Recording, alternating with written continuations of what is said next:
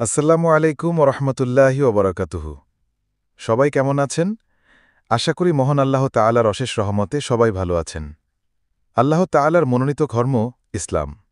ইসলাম মানবজাতির মধ্য প্রচার করার জন্য যুগে যুগে আল্লাহ তাআলা অনেক নবী রাসূল প্রেরণ করেন।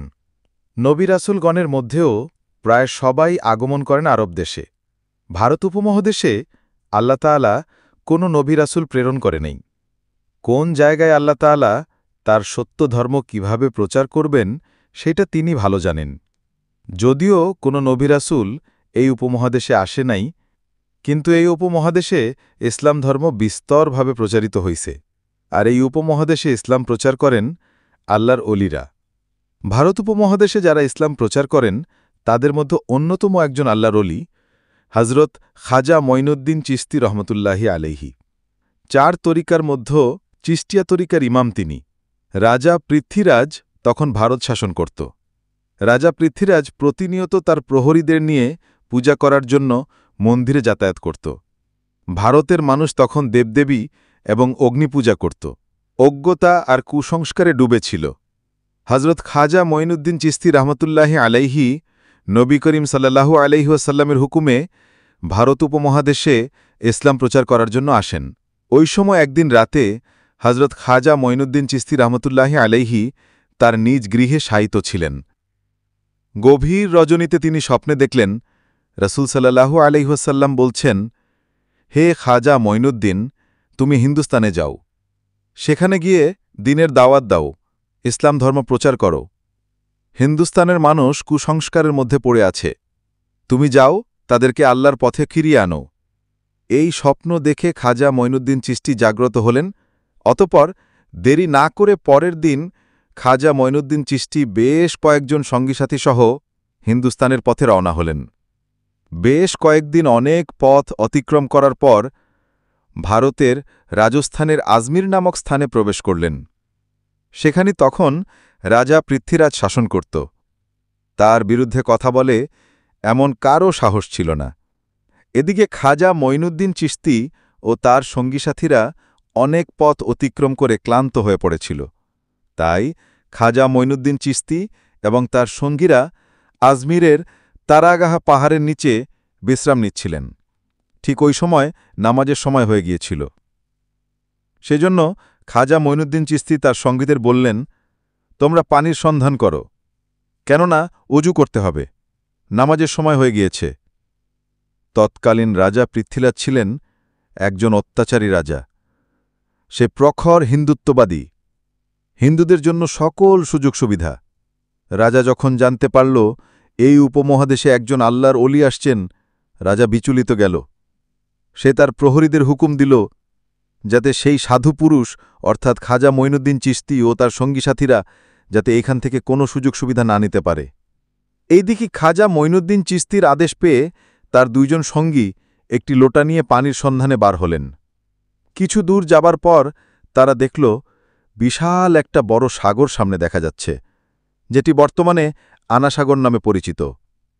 তারা আনাসাগরের সামনে গিয়ে দেখল রাজার সেনাবাহিনী আনাসাগরের চারিদিকে ঘিরে রেখেছে। তাদেরকে দেখামাত্রই সেনাবাহিনী বলল, আপনারা কে, আর এর আগে তো কখনোই দেখেনি, এখানে কি চাই? সঙ্গী 2 জন বলল, আমরা হলাম খাজা মঈনুদ্দিন চিশতির মুরিদ, আমরা এখানে অজু করার জন্য 1 লোটা পানি নিতে এসেছি। এটা শুনে সেখানে থাকা সমস্ত সেনাবাহিনী উচ্চস্বরে হাসতে লাগল আর বলল, আপনারা কি রাজা পৃথ্বীরাজের নাম শোনেননি? তার হুকুম অমান্য করলে কঠিন শাস্তির ব্যবস্থা হবে। এই সাগরে অন্য কারোর পানি নেওয়া তো দূরের কথা, পানিতে হাত দেওয়াও নিষেধ, কারণ এই পানি তাহলে অপবিত্র হয়ে যাবে। এই কথা বলে তাদেরকে তাড়িয়ে দিলেন। 2 জন সঙ্গী ব্যথাভরা মন নিয়ে খাজা মঈনুদ্দিন চিশতির নিকটে ফিরে আসলেন। তখন খাজা মঈনুদ্দিন চিশতি বললেন, তোমাদের কি হয়েছে, তোমরা কি পানির সন্ধান পাওনি? এবার ওই 2 জন বলল, হুজুর, পানি তো পেয়েছি, কিন্তু আমাদের দেয়নি, তাড়িয়ে দিয়েছে, আর বলেছে রাজা পৃথ্বীরাজ এই পানি নেওয়ার জন্য কারো অনুমতি দেয় না, তার হুকুম অমান্য করলে কঠিন শাস্তি দিতে বাধ্য হবে। তাদের সব কথা শুনে খাজা মঈনুদ্দিন চিশতি আল্লাহর দরবারে দোয়া করার পর তাদেরকে বললেন, তোমরা আনাসাগরের সামনে গিয়ে বলবে খাজা মঈনুদ্দিন চিশতি আমাকে পাঠিয়েছে। অতঃপর দুইজন সঙ্গী আবারও অজুর পানি আনার জন্য রওনা হলেন। তারা যখন আনাসাগরের সামনে গিয়ে হাজির হল, সেনাবাহিনীরা তাদেরকে দেখে বলল, কি ব্যাপার, তোমরা আবার এসেছ কেন? তখন তারা বলল, অজুর পানি নিতে এসেছি। সেনাবাহিনী বলল, বলেছি না পানি দেওয়া যাবে না? রাজা পৃথ্বীরাজ শুনলে, এতক্ষণ তোমাদের হয়তো জীবন চলে যেত, আমরা কোনো মতেই পানি দেব না। তখন তারা বলল, আমরা তোমাদের কাছে পানি চাইব না, এই আনাসাগরের কাছেই পানি চাইতে এসেছি। এই কথা শুনে সেখানে থাকা সমস্ত সেনাবাহিনী উচ্চস্বরে হাসতে লাগল। ঠিক ওই সময় তারা আল্লাহর দরবারে দোয়া করার পর হাতে থাকা লোটাটি এগিয়ে দিয়ে বলল, হে আনাসাগর, আমরা খাজা মঈনুদ্দিন চিশতি রহমতুল্লাহ আলাইহির মুরিদ, খাজা মঈনুদ্দিন চিশতি আমাদেরকে পাঠিয়েছে, আল্লাহর হুকুমে এই লোটার মধ্যে চলে এসো। এই কথা বলার সাথে সাথেই এক নিমেষেই সেই বিশাল আনাসাগরের পানি লোটার মধ্যে চলে এলো। চোখের সামনেই এমন বিস্ময়কর অলৌকিক ঘটনা দেখার পর সেখানে থাকা সমস্ত সেনাবাহিনী বিস্ময়ে হতবাক হয়ে গেলেন। দেরি না করে সাথে সাথেই তারা কলেমা পড়ে ইসলাম ধর্মগ্রহণ করলেন। আর কিছুজন ছিল কট্টর হিন্দুত্ববাদী, তাদের মনে হয়েছিল এটি কোনো জাদুর প্রভাব। তাই তারা পৃথ্বীরাজকে খবর দেওয়ার জন্য দ্রুত রাজদরবারে চলে আসলেন। রাজা পৃথ্বীরাজ তাদেরকে দেখে বললেন, কি ব্যাপার, তোমাদের চোখে মুখে এমন ভয়ের চিহ্ন দেখাচ্ছে কেন? তখন তারা বলল, রাজামশাই, সর্বনাশ হয়ে গেছে। রাজা পৃথ্বীরাজ বলল, কি হয়েছে? তখন তারা বলল, রাজামশাই, কোথা থেকে যেন এক বিশাল বড় জাদুকর এখানে এসেছে। দেখলে তাদের ফকির মনে হবে, কিন্তু তারা তাদের জাদুর প্রভাবে সমস্ত আনাসাগরের পানি একটি লোটার মধ্যে নিয়ে নিয়েছে। এই কথা শোনা মাত্রই রাজা পৃথ্বীরাজের মাথায় যেন আকাশ ভেঙে পড়ল।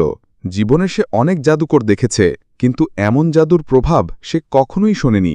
তাই নিজের চোখে দেখার জন্য দ্রুত সেনাবাহিনীকে নিয়ে সেই আনাসাগরের কাছে যাবার উদ্দেশ্যে রওনা হলেন। আনাসাগরের পাশ দিয়ে যাওয়ার সময় লক্ষ্য করে দেখলেন সমস্ত আনাসাগরে এক বিন্দু পানিমাত্র নেই। এদিকে সমস্ত আজমিরের লোক দলে দলে খাজা মঈনুদ্দিন চিশতি রহমতুল্লাহ আলাইকে দেখার জন্য সেখানে যেতে লাগলেন। খাজা মঈনুদ্দিন চিশতি এবং তার সঙ্গীরা নামাজ শেষ করে বসেছিল। হঠাৎ তখনই রাজা পৃথ্বীরাজ সেখানে হাজির হলেন। দেখলেন ইতিমধ্যেই অনেক হিন্দু ইসলাম ধর্ম গ্রহণ করেছে। এটা দেখে রাজা মনে মনে খুবই রাগান্বিত হলেন। রাজা পৃথ্বীরাজ ছিল খুবই চালাক কট্টর হিন্দুত্ববাদী। পৃথ্বীরাজ বললেন, আপনি কে, আর কোথায় থেকে এখানে এসেছেন? তখন তিনি বললেন, আমার নাম খাজা মঈনুদ্দিন চিশতি, আল্লাহর হুকুমে আর রাসূল সাল্লাল্লাহু আলাইহি ওয়াসাল্লামের নির্দেশে আমি এখানে এসেছি। পৃথ্বীরাজ বললেন, আপনি আপনার জাদুর প্রভাবেই পানি তেন শুকিয়ে দিয়েছেন। তখন খাজা মঈনুদ্দিন চিশতি বললেন, আমি কোনো জাদুকর নই, আমি হলাম আল্লাহর বান্দা। আল্লাহর হুকুম পালন করার জন্যই পানি আনতে গিয়েছিলাম, কিন্তু পানি না দেওয়ার কারণে এই পানি আল্লাহ শুকিয়ে দিয়েছে। এই কথা শুনে সেখানে থাকা সমস্ত লোক বিস্ময়ে হতবাক হয়ে এক দৃষ্টে খাজা মঈনুদ্দিন চিশতির দিকে তাকিয়ে রইলেন। পৃথ্বীরাজ ছিল খুবই চালাক এবং প্রতারক। সে বুঝতে পেরেছে এ সাধারণ কোনো মানুষ নয়। তাই সে কান্নার অভিনয় করে নত হয়ে বললেন, ঠিক আছে, আমাদের সবার কষ্ট হলেও কোনো অসুবিধা নেই, কিন্তু ছোট বাচ্চা এবং নিরপরাধ সাধারণ মানুষের কথা চিন্তা করে পানি আবার আগের জায়গায় ফিরিয়ে দিন, দয়া করে এই অনুরোধটুকু রাখুন। এই কথা শুনে খাজা মঈনুদ্দিন চিশতি দুইজনকে ওই লোটা নিয়ে আনাসাগরের কাছে যাওয়ার নির্দেশ দিলেন। দুইজন সঙ্গী লোটা নিয়ে আনাসাগরের কাছে গেল এবং ওই লোটাটি আনাসাগরে রাখার সাথে সাথেই আনাসাগর আবার আগের মতো পানিতে পরিপূর্ণ হয়ে গেল। এই সমস্ত ঘটনা দূর থেকে তারা দেখছিল, তাই সেখানে থাকা সমস্ত লোক জিজ্ঞাসা করল, আপনি কোন দেবতার পূজা করেন? খাজা মঈনুদ্দিন চিশতি বলল, আমি আমার রব এক আল্লাহর এবাদত করি। সেখানে থাকা সেই লোকগুলো বলল, আমরাও আজ থেকে আপনার সেই এক আল্লাহর এবাদত করতে চাই। সেখানে থাকা সমস্ত লোক একে একে ইসলাম ধর্ম গ্রহণ করল, কিন্তু রাজা পৃথ্বীরাজ এটা মেনে নিতে পারেনি। তাই সে খুব রেগে গিয়ে রাজদরবারের দিকে ফিরে আসতে লাগলেন। ঘটনাক্রমে খাজা মঈনুদ্দিন চিশতি রহমাতুল্লাহ আলাইহে সেই স্থানে উপবেশন করেছিলেন যেই স্থানে প্রতিদিন রাজার উটরা উপবেশন করত। পৃথ্বীরাজের রাখালরা এসে যখন দেখল একদল ফকির এসে ওদের স্থান দখল করে নিয়েছে, তখন তারা খাজা মঈনুদ্দিন চিশতি ও তার সঙ্গীদেরকে বলল, এই যে ফকির বাবা, কোথার থেকে উড়ে এসে জোরে বসেছেন? আপনি কি জানেন না যে এখানে প্রতিদিন রাজা পৃথ্বীরাজের উটগুলো উপবেশন করে এবং তাদের রাত্রি অতিবাহিত করে? রাজার উটগুলো এখানে উপবেশন করে এটা জানা সত্ত্বেও আপনি কিভাবে এখানে বসে থাকার স্পর্ধা দেখালেন? খাজা মঈনুদ্দিন চিশতি রহমাতুল্লাহ আলাইহে তাদেরকে বিনীতভাবে উত্তর দিলেন, বাবারা, আমরা অজানা মুসাফির, আমাদের জানা ছিল না যে এই স্থানে রাজার উটগুলো উপবেশন করত। যেহেতু এই স্থানে রাত্রি যাপনের জন্য আমরা যাবতীয় ব্যবস্থা গ্রহণ করে ফেলেছি, অতএব তোমরা তোমাদের উটগুলোকে আজকের জন্য অন্য কোথাও নিয়ে বসাও। এই স্থান ছাড়াও আশেপাশে তো অসংখ্য জায়গা রয়েছে। খাজা মঈনুদ্দিন চিশতি রহমতুল্লাহ আলাইহের উত্তর শুনে পৃথ্বীরাজের রাখালরা বলল, ফকিরের স্পর্ধা দেখেছ? বলে কি এরা? রাজার উটগুলিকে আমরা তাদের জন্য অন্য জায়গায় নিয়ে যাব, আর তারা রাজার উটের স্থানে বসে থাকবে? এই যে ফকির বাবা, এটা কোনোদিনও সম্ভব নয়। রাজার উটগুলি তাদের স্বস্থানে বসে থাকবে। এই বলে তারা খাজা মঈনুদ্দিন চিশতি রহমতুল্লাহ আলাইহে ও তার সঙ্গী সাথীদেরকে সেখান থেকে উঠিয়ে দেওয়ার জন্য প্রচণ্ড দুর্ব্যবহার শুরু করল। খাজা মঈনুদ্দিন চিশতি রহমতুল্লাহ আলাইহে ছিলেন অত্যন্ত সরলমনা। তিনি যখন দেখলেন রাখালরা প্রচণ্ড দুর্ব্যবহার শুরু করে দিয়েছে, তখন তিনি বখতিয়ার কাকি রহমতুল্লাহ আলাইহেকে বললেন, বখতিয়ার, আমরা আর এই স্থানে বসে থেকে কি করব? রাজার উঁটগুলোকে যখন তারা এখানেই বসাতে যাচ্ছে, তাহলে থাকুক, রাজার উঁটগুলি এখানে বসে থাকুক, আর আমরা চলে যাচ্ছি। এই বলে খাজা মঈনুদ্দিন চিশতি রহমতুল্লাহ আলাইহে তার সঙ্গী সাথীদেরকে নিয়ে সেখান থেকে চলে গেলেন। পরের দিন সকালে উঁটগুলোকে যখন আবার চরণভূমিতে নিয়ে যাওয়ার সময় হল, তখন উটের রাখালরা এসে উটগুলোকে সেই স্থান থেকে উঠানোর চেষ্টা করতে লাগল। কিন্তু হাজারো চেষ্টা সত্ত্বেও তারা সেই স্থান থেকে উটগুলোকে উঠাতে পারল না। কারণ আল্লাহর ওলি খাজা মঈনুদ্দিন চিশতি রহমতুল্লাহ আলাইহে বলেছিলেন, উটগুলি এখানেই বসে থাকবে। আল্লাহ রাব্বুল আলামিন তার এই দোয়া কবুল করে নিয়েছিলেন এবং তিনি উটগুলোকে হুকুম দিয়েছিলেন, যতক্ষণ না পর্যন্ত খাজা মঈনুদ্দিন আবারও বলবে, ততক্ষণ পর্যন্ত তোমরা এখানেই বসে থাকবে। এরপর রাখালেরা উটগুলি না ওঠার কারণ খুঁজতে লাগল। সেই রাখালদের মধ্যে একজন ছিল একটু ধর্মপরায়ণ। সে বলল, তোমাদের কি মনে আছে, আমরা গতকাল এই স্থান থেকে একজন ফকির বাবাকে উঠিয়ে দিয়েছিলাম? তিনি উঠতে উঠতে বলেছিলেন, আচ্ছা আমরা চলে যাচ্ছি, রাজার উঁট এখানেই বসে থাকবে। আমার মনে হয় তার সেই কথার কারণে রাজার উঁটগুলি আর উঠতে পারছে না। হয়তো তিনি একজন বড় জাদুকর, অথবা তিনি ভগবানের কোনো অবতার। চলো, আমরা এই বিষয়টিকে মহামান্য রাজার কর্ণগোচর করি। অতপর রাখালেরা পৃথ্বীরাজের কাছে গিয়ে করজোরে নিবেদন করল, মহারাজ, আমরা অনেক চেষ্টা করেও আপনার উটগুলোকে তাদের স্থান থেকে উঠাতে পারছি না এবং তাদেরকে চরণভূমিতে ঘাস খাওয়ানোর জন্য নিয়ে যেতে পারছি না। রাজা পৃথ্বীরাজ আশ্চর্য হয়ে জিজ্ঞেস করল, উটগুলোর কি কোনো অসুখ হয়েছে যার কারণে তারা উঠতে পারছে না? রাখালরা বলল, মহারাজ, উটগুলো সম্পূর্ণ সুস্থ, তাদের কোনো অসুখ হয়নি। পৃথ্বীরাজ বলল, তাহলে কেন তারা তাদের স্থান থেকে উঠতে পারছে না? রাখালরা বলল, মহারাজ, উটগুলোর স্থানে গতকাল একজন ফকির বাবা এসে বসেছিলেন। আমরা তাকেও তার সঙ্গীদের সাথে অনেক দুর্ব্যবহার করে সেই স্থান থেকে উঠিয়ে দিয়েছিলাম। উঠতে উঠতে তিনি বলে গিয়েছিলেন, রাজার উটগুলো এখানেই বসে থাকবে আর উঠবে না। আমাদের মনে হয় সেই ফকির বাবার বদদোয়ার কারণে উটগুলি তাদের স্থান থেকে উঠতে পারছে না। অতপর পৃথ্বীরাজ হুকুম দিল, আচ্ছা যাও তাহলে, সেই ফকির বাবাকে ডেকে আমার নিকটে নিয়ে এসো। খাজা মঈনুদ্দিন চিশতি রহমতুল্লাহ আলাইহে যখন পৃথ্বীরাজের রাজমহলে উপস্থিত হলেন, তখন পৃথ্বীরাজ তাকে জিজ্ঞেস করল, এই যে ফকির বাবা, আপনি কেন আমার উটগুলিকে পঙ্গু করে রেখেছেন? আমার উটগুলি না খেয়ে মারা যাচ্ছে। আপনি দয়া করে আপনার জাদু তাদের কাছ থেকে ফিরিয়ে নিন। জাদু ফিরিয়ে না নিলে আমার উটগুলো তো এভাবেই না খেয়ে মারা যাবে। পৃথ্বীরাজের কথা শুনে খাজা মঈনুদ্দিন চিশতি রহমতুল্লাহ আলাইহে মুচকি হেসে বললেন, হে আল্লাহর বান্দা, আমরা মুসলমান, আর মুসলমানরা কখনোই জাদু করে না। তোমার উটগুলোকে আমি বসিয়ে রাখিনি, বরং তোমার উটগুলোকে বসিয়ে রেখেছে এই বিশ্বজাহানের প্রতিপালক মহান আল্লাহ রাব্বুল আলামিন। তার হুকুমেই উটগুলি বসে রয়েছে এবং তিনি হুকুম দিলেই আবার উটগুলি সেই স্থান থেকে উঠবেন। তবে আমি সেই বিশ্বজাহানের প্রতিপালকের কাছে দোয়া করে দেখতে পারি যাতে তিনি তোমার উটগুলোকে ওঠার অনুমতি দেন। অতপর খাজা মঈনুদ্দিন চিশতি রহমতুল্লাহ আলাইহে আল্লাহর দরবারে প্রার্থনা করলেন, হে আল্লাহ, আপনি এই উটগুলিকে তাদের স্থান থেকে ওঠার তৌফিক দান করুন। খাজা মঈনুদ্দিন চিশতি রহমতুল্লাহ আলাইহে এর এই দোয়া করার সাথে সাথেই রাখালরা দেখতে পেল তাদের উটগুলি তাদের স্থান থেকে উঠে চরণভূমির দিকে রওনা করছে। হিন্দুদের মাঝে ক্রমেই যখন খাজা মঈনুদ্দিন চিশতি রহমতুল্লাহ আলাইহের বুজুর্গির কথা ছড়িয়ে পড়তে লাগল এবং ইসলামের মাহাত্ম্য যখন তাদের সামনে প্রকাশিত হয়ে উঠতে লাগল, তখন মন্দিরের পুরোহিতরা ভীত সন্ত্রস্ত হয়ে গেল। তারা ভাবতে লাগল, এভাবেই চলতে থাকলে সকল হিন্দুগুলি মুসলমানে পরিণত হয়ে যাবে। অতঃপর তারা পৃথ্বীরাজের কাছে গিয়ে আরজ করল, মহারাজ, এই ফকিরগুলি আমাদের রাজ্যে একটি হাঙ্গামা সৃষ্টি করেছে। আপনি যদি এখনই এর কোনো উপযুক্ত ব্যবস্থা গ্রহণ না করেন, তাহলে এই ফকির সকল হিন্দুদেরকে মুসলমানে পরিণত করে ফেলবে, আর তখন আমাদের মূর্তিদেরকে পূজা করার মতো আর কেউ থাকবে না। আপনি তাদেরকে এখান থেকে তাড়িয়ে দিন, আর না হলে তারা আমাদেরকে এখান থেকে বিতাড়িত করে দেবে। মহারাজ, আমরা আপনাকে আরও ভয়ঙ্কর সংবাদ দিচ্ছি। তাহলে এই ফকিরগুলি বলে আমরা যে মূর্তিগুলি পূজা করি এগুলি পূজার উপযুক্ত নয়। তারা বলে এগুলি নাকি কেবলমাত্র পাথরের প্রাণহীন বস্তু, এগুলোর কোনো শক্তি নেই। সাধারণ মানুষকে এই কথাগুলি বলে তারা বিভ্রান্ত করতে চায়। পরদিন পৃথ্বীরাজ রাজদরবারে একটি জরুরি মিটিংয়ের আয়োজন করলেন। পৃথ্বীরাজ বললেন, যেভাবেই হোক এই ফকিরকে এখান থেকে তাড়িয়ে দিতে হবে, একে শেষ করতে হবে। এই বিষয়ে তোমাদের কোনো পরামর্শ থাকলে তাড়াতাড়ি বলো। তখন মন্ত্রী বলল, রাজামশাই, এই ফকির তো কোনো সাধারণ মানুষ নয়, সে তো একজন বড় জাদুকর। তার জাদুর প্রভাবে সবাইকে যেভাবে একে একে ইসলাম ধর্মে নিয়ে যাচ্ছে, একদিন তো ভারতবর্ষে হিন্দু ধর্ম পালন করার মতো আর কেউই থাকবে না। তার সাথে মোকাবিলা করতে হলে বিশাল বড় জাদুকরের দরকার।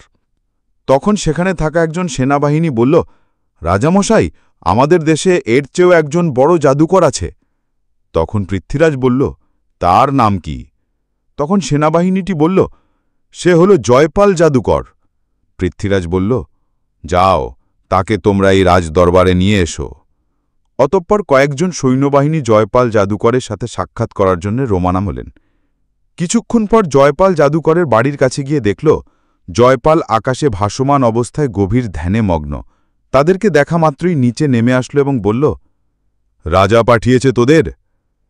এমন কথা শুনে সেনাবাহিনীরা অবাক হয়ে গেল। তারা মনে মনে ভাবতে লাগল, আর কোনো চিন্তা নেই, এবার তাদের কাজ সম্পন্ন হবে। সমস্ত কথা জয়পাল জাদুকরের সাথে তারা খুলে বলল। অতঃপর তারা দেরি না করে জয়পাল জাদুকরকে রাজদরবারে নিয়ে হাজির করল। জয়পাল বললেন, রাজামশাই, আমাকে ডেকেছেন কেন? রাজা পৃথ্বীরাজ বললেন, শুনেছি আপনি ভারতবর্ষের সবচেয়ে বড় জাদুকর। আমরা তো সবাই একটা সমস্যার মধ্যে পড়ে গেছি, তোমাকে এটা উদ্ধার করতে হবে। তখন জয়পাল বললেন, বলুন, আপনার জন্যে কি করতে পারি? পৃথ্বীরাজ বললেন, আপনিও হিন্দু আর আমরা সবাই হিন্দু, কিন্তু কোথা থেকে এক ফকির এসে একে একে সবাইকে তার জাদুর প্রভাব দেখিয়ে হিন্দু ধর্ম ত্যাগ করে ইসলাম ধর্মে নিয়ে যাচ্ছে। তার সাথে তোমার মোকাবিলা করতে হবে। তাকে যদি তুমি দেশ থেকে তাড়াতে পারো অথবা একেবারে শেষ করে দিতে পারো, তাহলে তোমার জন্যে মহামূল্যবান পুরস্কার রয়েছে। এই কথা শুনে জয়পাল বললেন, আপনি চিন্তা করবেন না, কত বড় বড় জাদুকর আমার কাছে নতি স্বীকার করেছে, আর ও তো সামান্য একজন ফকির। ওকে শেষ করে তবেই আমি তোমার সামনে হাজির হব। অতঃপর আর দেরি না করে জয়পাল জাদুকর তার জাদুর সাহায্যে গরিবে নেওয়াজ খাজা মঈনুদ্দিন চিশতি রহমতুল্লাহ আলাইকে খুঁজতে লাগলেন। এবার এই লোকটাই তাদের ইসলাম ধর্ম থেকে ফেরাতে গিয়ে ভাবল, মানুষকে বিভ্রান্ত করার মতো অনেক তন্ত্রমন্ত্র জানি আমি, এবার সবাইকে মনের মতো করে নেব। কিছুদূর যাবার পর জয়পাল জাদুকর দেখল, গরিবের নামাজ খাজা মঈনুদ্দিন চিশতি তারাগার পাহাড়ের একটি পাথরের এক কোণে আল্লাহর ইবাদতে মগ্ন আছে, কোনো দিক তাকাচ্ছে না। এটা দেখে জয়পাল জাদুকর পিছন দিক থেকে ওই দিকে এগিয়ে গেল। জয়পাল বলতে লাগল, এই ফকিরকে মারা আমার কাছে তো সামান্য কাজ। আমি পিছন দিক থেকে এসেছি, তাও দেখতে পাইনি, এটা কোনো জাদুকর হলো? এই কথা বলে তার জাদুর প্রভাবে সেই পাহাড় থেকে একটি বিশাল বড় পাথর উঠিয়ে যেমনি খাজা মঈনুদ্দিন চিশতিকে চাপা দিতে যাবে, এমন সময় খাজা মঈনুদ্দিন চিশতি একটি আঙ্গুল উঠিয়ে বলল, হে তারাগার পাহাড়ের পাথর, তুমি দেখছ না আমি আল্লাহর ইবাদত করছি? হে পাথর, তুমি যদি আল্লাহর পক্ষ থেকে আসো তাহলে আমাকে চাপা দিয়ে মেরে ফেলো, আর যদি শয়তানের পক্ষ থেকে আসো ওখানেই দাঁড়িয়ে যাও। এই কথা শুনে পাথর সেখানেই থমকে দাঁড়িয়ে পড়ল, 1 ইঞ্চিও নড়ল না। জয়পাল জাদুকর একের পর এক জাদুর প্রভাব দেখাচ্ছে, কিন্তু কিছুই করতে পারছে না। এই ক্ষমতা দেখে জয়পাল জাদুকর বিস্ময়ে হতবাক হয়ে গেল। জয়পাল বুঝতে পেরেছে যে এনি সাধারণ কোনো মানুষ নয়, তার কাছে আমার এই জাদু কখনোই চলবে না। তাই দেরি না করে জয়পাল জাদুকর সঙ্গে সঙ্গেই খাজা মঈনুদ্দিন চিশতিয়ার কাছে হার স্বীকার করল এবং ইসলাম ধর্ম গ্রহণ করল। পরের দিন থেকে সারা ভারতবর্ষে এই খবর ছড়িয়ে পড়ল যে ভারতের সবচেয়ে বড় জাদুকর জয়পাল একজন ফকির, যার নাম গরিবের নামাজ খাজা মঈনুদ্দিন চিশতি, তার কাছে হেরে গিয়ে ধর্ম ত্যাগ করে ওই ফকিরের ধর্ম গ্রহণ করেছে। তিনি এমন এক রবের ইবাদত করে যার কাছে কোনো শক্তি জিততে পারে না। সমস্ত ভারতের মানুষ বলতে লাগল, তিনি এমন কোন রবের ইবাদত করে যে তার কাছে সবাই হেরে যাচ্ছে? তাহলে সেই রবের ক্ষমতাই বা কত বড়? আমাদের উচিত ওই রবের ইবাদত করা। এই কথা বলে দলে দলে সবাই ইসলাম ধর্ম গ্রহণ করার জন্য খাজা মঈনুদ্দিন চিশতি রহমতুল্লাহ আলাইয়ের কাছে যেতে লাগল। এই খবর পেয়ে রাজা পৃথ্বীরাজ খুবই চিন্তিত হয়ে পড়লেন। তিনি বুঝতে পারছেন না এবার তিনি কি করবেন।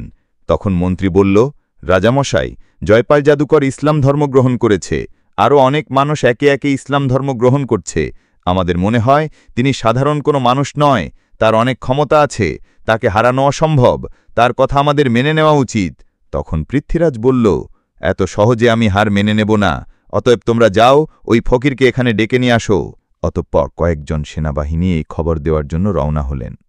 সেখানে হাজির হয়ে বললেন, রাজামশাই, আপনার সাথে খুবই গুরুত্বপূর্ণ কথা বলার জন্য আপনাকে ডেকেছেন। তখন খাজা মঈনুদ্দিন চিশতি নিজেই রাজা পৃথ্বীরাজের সাথে কথা বলার জন্য বেরিয়ে পড়লেন। এদিকেও এলাকার এক হিন্দু পণ্ডিত ছিল, সে প্রতিদিন পূজা করার জন্য মন্দিরে যেত এবং মূর্তির সামনে দুধ ঢালত।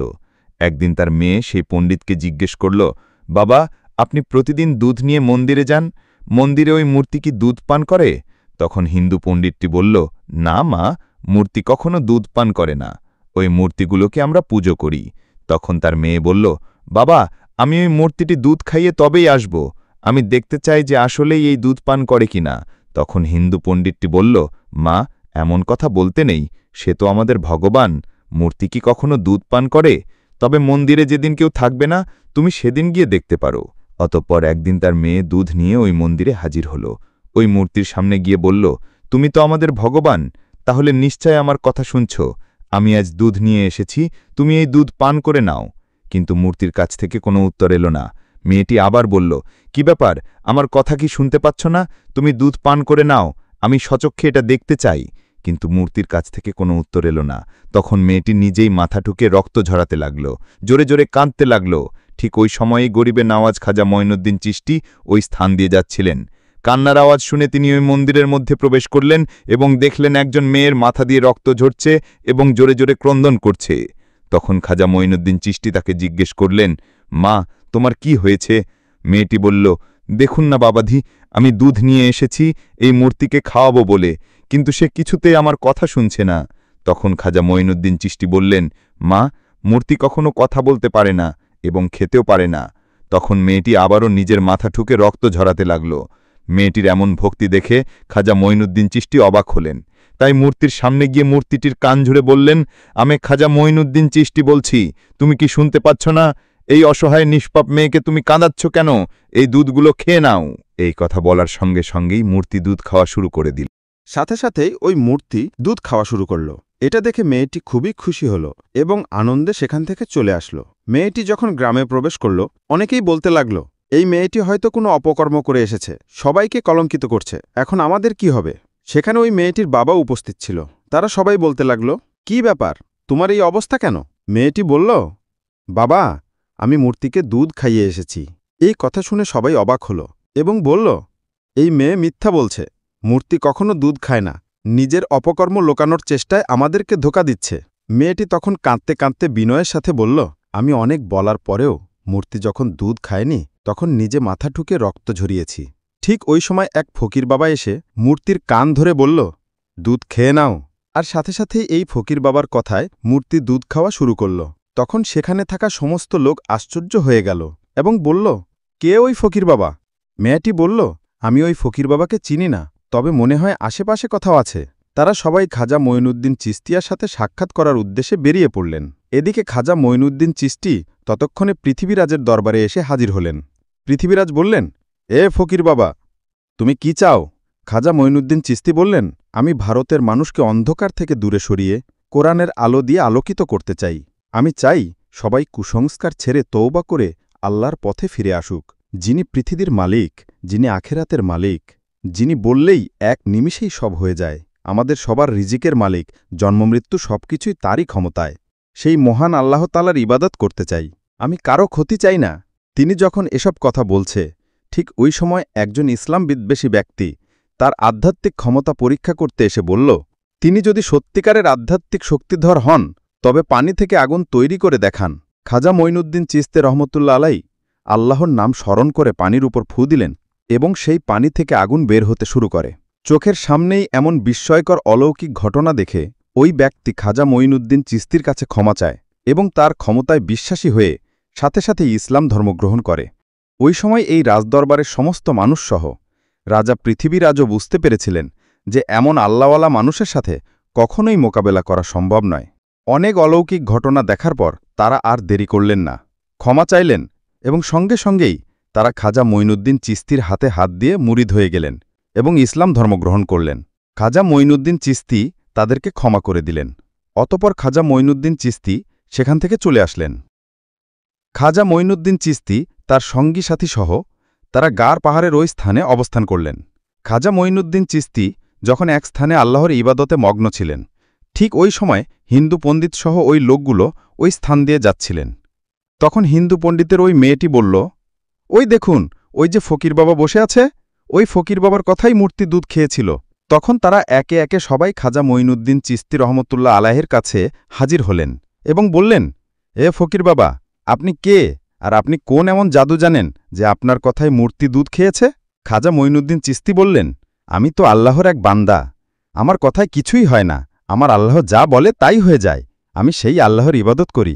তখন তারা বলল, আমরাও আজ থেকে সেই আল্লাহর ইবাদত করতে চাই। এই ভারতে তো সবাই একে একে ইসলাম ধর্ম গ্রহণ করেছে, আমাদেরকেও ইসলাম ধর্ম গ্রহণ করিয়ে দিন। অতঃপর তারা সকলেই ইসলাম ধর্ম গ্রহণ করলেন।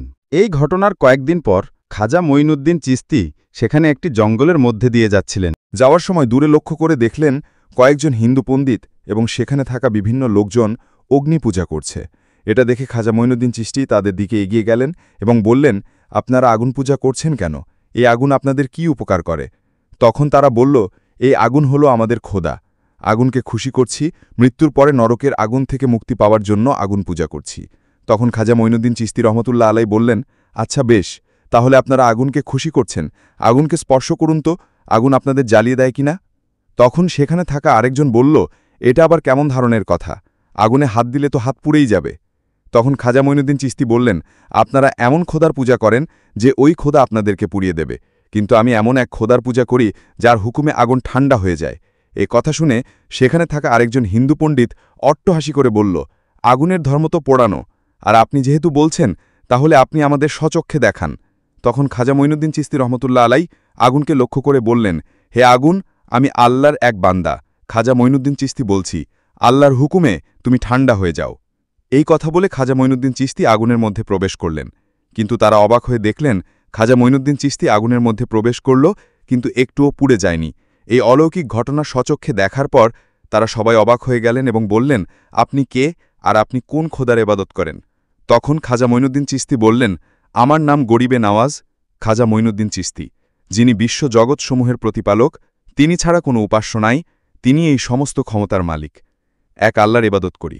তখন সেখানে থাকা সমস্ত মানুষ ইসলাম ধর্ম গ্রহণ করে নিল, আর এভাবেই খাজা মঈনুদ্দিন চিশতি রহমতুল্লাহ আলাই ভারতবর্ষে এসে কোরআনের আলো দিয়ে ইসলাম ধর্ম প্রচার করল। আল্লাহ তাআলার দেওয়া অলৌকিক ঘটনা দেখার পর কোটি কোটি হিন্দু ইসলাম ধর্ম গ্রহণ করেছিল, যা এক নজিরবিহীন দৃষ্টান্ত। আর এভাবেই সমগ্র ভারতে ইসলাম ধর্ম ছড়িয়ে পড়ল। তো প্রিয় বন্ধুরা, আপনারা যদি চান যে খাজা মঈনুদ্দিন চিশতি রহমতুল্লাহ আলাইয়ের মৃত্যুর পরে যেসব অলৌকিক ঘটনা ঘটে গিয়েছে তার পার্ট যদি আপনারা চান, অবশ্যই কমেন্ট বক্সে লিখবেন। আর আজ এই পর্যন্ত, ভিডিওটি কেমন লেগেছে অবশ্যই কমেন্ট করবেন। আসসালামু আলাইকুম। হজরত খাজা মঈনুদ্দিন চিশতি রহমতুল্লাহ আলাইহি ইতিহাস পাঠে জানা যায়, যে সকল মহান ব্যক্তির অক্লান্ত কর্মপ্রচেষ্টার ফলে বঙ্গভারতে সোনালী ইসলামের নির্মল আদর্শ প্রতিষ্ঠা ও বিকাশ সম্ভব হয়েছে, তাদের মধ্যে রুহানি জগতের খাঁটি প্রজ্ঞাদাতা সুফিকুলের শিরোমণি মদ্দে মুজাহিদ হজরত খাজা মঈনুদ্দিন চিশতি রহমতুল্লাহ আলাইহির নাম বিশেষভাবে স্মরণীয়। ভারতীয় উপমহাদেশে বর্তমানে ইসলাম ধর্ম কোনায় কোনায় ছড়িয়ে পড়ে। একসময় এই উপমহাদেশে হিন্দুদের রাজত্ব ছিল। খাজা মঈনুদ্দিন চিশতি রহমতুল্লাহ সহ অন্যান্য সুফি সাধকগণ এই উপমহাদেশে ইসলাম প্রচার করেন। বর্তমান জামানায় এক শ্রেণীর আলেম আল্লাহর অলিদের বিরোধিতা করে, তারা ভুলে গেছে পূর্বের ইতিহাস। এই উপমহাদেশে আল্লাহর অলিরা ইসলাম প্রচার না করলে আজকে তারা আলেম হইতে পারত না। এখানে বাংলার সাধারণ মানুষ এখন এই সব আলেম এর পরচনায় অলিয়াউলিয়াদের বিরোধিতা করে। এইটা ভুলে গেলে হবে না। ইসলামের চরম শত্রু, ইসলামের ক্ষতি এসব আলেম নামক নামধারী জালেমদের হাতে হয়। কারবালার ইতিহাসে 1400 কোরআনের হাফেজ ছিল, যারা এজিদের পক্ষে নবী বংশের বিরুদ্ধে যুদ্ধে লিপ্ত হয়। তাহলে ভাবুন কোরআনে আল্লাহ তাআলা নবী বংশ তথা আহলে বায়াতের সম্পর্কে কি বলছে? আরবদের ভাষা আরবি ছিল এবং তারা তো কোরআনের হাফেজ ছিল। তারা তো জানে আল্লাহ তাআলার আদেশ কি। তাহলে আলেম হয়ে তারা কিভাবে নবী বংশের বিরুদ্ধে যায়? আল্লাহ তাআলা আমাদের সঠিক বুঝ দান করার তৌফিক দান করুক, আমিন। একথা বাস্তব সত্য যে তিনি সাধককুলের সম্রাট, সুফিবৃন্দের গৌরব, তাপসগণের শিরোমণি, ইসলামী রেনেসার অগ্রনায়ক হজরত মঈনুদ্দিন চিশতি রহমতুল্লাহ আলাইহির বিচিত্র জীবন কাহিনী ধ্যান পোষাবোনার জন্য প্রেরণা দানকারী হিসেবে আমাদের নিকট খুবই তাৎপর্যপূর্ণ। ইতিহাসের পাতা খুললে আমরা দেখতে পাই ইসলামের জন্য তার আত্মত্যাগ তাকে ইতিহাসের সোনালি পাতায় অবিস্মরণীয় করে রেখেছে। সত্যি কথা বলতে কি, তার জীবন কাহিনী বহু কীর্তি ও সাধনায় সমৃদ্ধ ছিল। আলেমকুলের শিরোমণি হজরত খাজা মঈনুদ্দিন চিশতি রহমতুল্লাহ আলাইহি সোনালী ইসলামের নির্মল আদর্শে প্রচারে বহু বাধা বিপত্তির সম্মুখীন হয়েছেন। শেষ পর্যন্ত সফলতার স্বর্ণশিখরে আরোহণ করতে সমর্থ হয়েছিলেন। ঐতিহাসিকগণ বলেন, বঙ্গভারতে ইসলাম প্রচারে খাজা মঈনুদ্দিন চিশতি রহমতুল্লাহ আলাইহি যে অবিস্মরণীয় অবদান রেখে গেছেন তা ইতিহাসের পাতায় চির অম্লান হয়ে থাকবে। তাকে কেন্দ্র করে অনেক উপাখ্যান রচিত হয়েছে। পরিশেষে আমরা এরূপ সিদ্ধান্তে উপনীত হই যে সত্যের সৈনিক হজরত খাজা মঈনুদ্দিন চিশতি রহমতুল্লাহ আলাইহি এমন একজন আদর্শ স্থানীয় মানুষ ছিলেন যে পার্থিব ভোগ বিলাসিতা দূরের কথা কৃচ্ছ সাধনায় কেটেছিল তার সারাটা জীবন। হজরত খাজা মঈনুদ্দিন চিশতি রহমতুল্লাহ আলাইহি চিশতিয়া তরিকার ইমাম ছিলেন, যা বর্তমানে পৃথিবীর বিভিন্ন প্রান্তরে তার খলিফাদের মাধ্যমে ছড়িয়ে পড়ে। 4 তরিকার মধ্যে অন্যতম একটি তরিকা হল তরিকায়ে চিশতিয়া। ইতিহাসবেত্তাদের দৃষ্টিকোণ থেকে জানা যায়, আলেমকুলের শিরোমণি হজরত খাজা মঈনুদ্দিন চিশতি রহমতুল্লাহ আলাইহির হাতে অসংখ্য মুসলমান ও অমুসলমান বায়াত গ্রহণ করে নিজেদের জীবন ধন্য করেছিলেন। জন্ম ও বংশ পরিচয়। রুহানি জগতের খাঁটি প্রজ্ঞাদাতা হজরত খাজা মঈনুদ্দিন চিশতি সাহেবের জন্ম হয় সিস্তানের গজনর পল্লীতে। ঐতিহাসিকদের দৃষ্টিকোণ থেকে জানা যায়, তার পিতা খাজা গিয়াসউদ্দিন ছিলেন একাধারে খোদভক্ত, আবেদ ও বিত্তশালী ব্যক্তি। তিনি সর্বদা কুরআন ও সুন্নাহ অনুযায়ী জীবনযাপন করতে চেষ্টা করতেন। সুতরাং খাজা সাহেব বাল্যকালে অত্যন্ত যত্ন ও স্নেহের সাথে প্রতিপালিত হয়েছিলেন। হজরত খাজা মঈনুদ্দিন হাসান চিশতি সেঙ্গারি রহমতুল্লাহ আলাইহি পবিত্র আরবের সুবিখ্যাত কুরাইশ বংশভূত হজরত আলী কারামুল্লাহু ওয়াজহারহু নিম্নতর বংশধর ছিলেন। ইতিহাস পাঠে জানা যায়, তিনি মাতৃবংশসূত্র ও পিতৃবংশসূত্র উভয় দিক দিয়েই সত্যের সৈনিক শেরে খোদার সহিত ওতপ্রোতভাবে জড়িত ছিলেন। সত্যের সেনানী হজরত খাজা গরিবে নওয়াজ মঈনুদ্দিন হাসান চিশতি রহমতুল্লাহ আলাইহির জন্মসাল ও তারিখ সম্বন্ধে সুসাহিত্যিক লেখকের মধ্যে বেশ মতপার্থক্য পরিলক্ষিত হয়। শেয়ারুল আক্তারের লেখকের মতে, সত্যের অগ্রনায়ক হজরত খাজা গরিবে নওয়াজ রহমতুল্লাহ আলাইহির জন্মসাল হল 537 হিজরি। তিনি বহু চিন্তাভাবনা, যুক্তিতর্ক ও বিস্তারিত আলোচনার পর তার জন্মদিন হিসেবে 537 হিজরি সালের 14ই রাজব সোমবারকে মনোনয়ন করেছেন এবং তিনি এই কথাও বলেছেন যে সুফিকুলের শিরোমণি ইসলামী রেনেসার অগ্রনায়ক খাজা মঈনুদ্দিন চিশতি রহমতুল্লাহ আলাইহি উক্ত তারিখেই ধরাধামে আগমন করেছেন।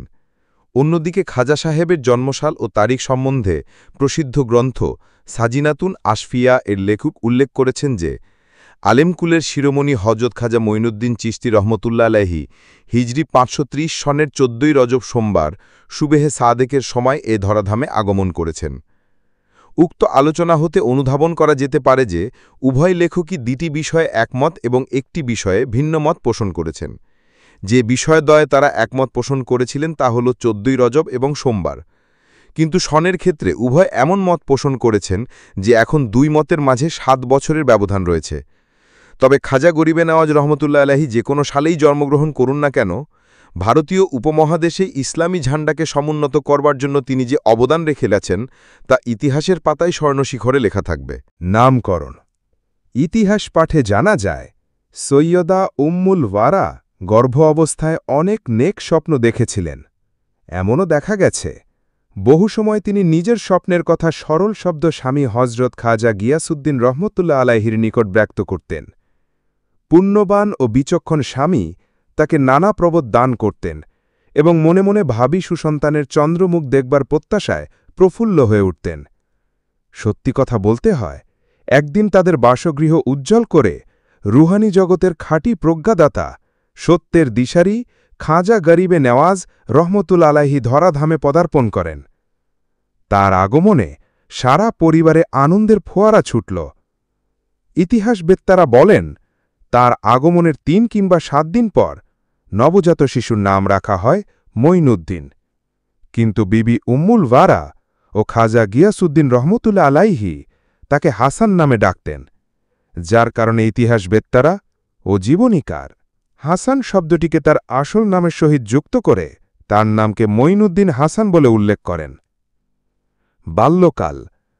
বাল্যকাল হতেই খাজা মঈনুদ্দিন চিশতি রহমতুল্লাহ আলাইহি একজন আল্লাভীরু ছিলেন।